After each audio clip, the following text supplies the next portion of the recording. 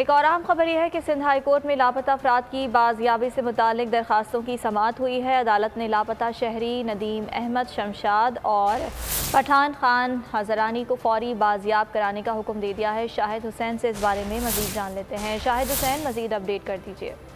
जी बिल्कुल, 3 लापता शहरियों की बाजियाबी से मुतालिक दरखास्तों की समाअत हुई, जिसमें नदीम शमशाद, पठान खान जोहरानी और दीगर शामिल थे।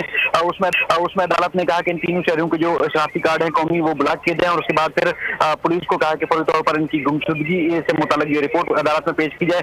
अदालत में जो है वो तफ्तीश अफसर ने बताया था कि मुलजमान का जो लापता है शहरी, उनके सीडिया निकालने के हवाले से मुख्तलिफ इदारों को खतूत, लेकिन ताहाल जवाब नहीं आया। जिस पर अदालत ने पुलिस हुकाम की सजनिश की और कहा कि ऐसे पुलिस अफसरान जिनको दिलचस्पी नहीं है लापता शहरियों को बाजियाब कराने से मुतालिक, वो जो इस इदारे में काम नहीं करना चाहिए। अब अदालत ने नादरा, वफाकी हुकूमत, सूबाई हुकूमत और पुलिस हुकाम को कहा है कि आइंदा समाअत पर इन तीनों लापता शहरियों को बाजियाब कराकर अदालत में रिपोर्ट पेश की जाए। ठीक है शाहिद हुसैन, बहुत शुक्रिया आपका।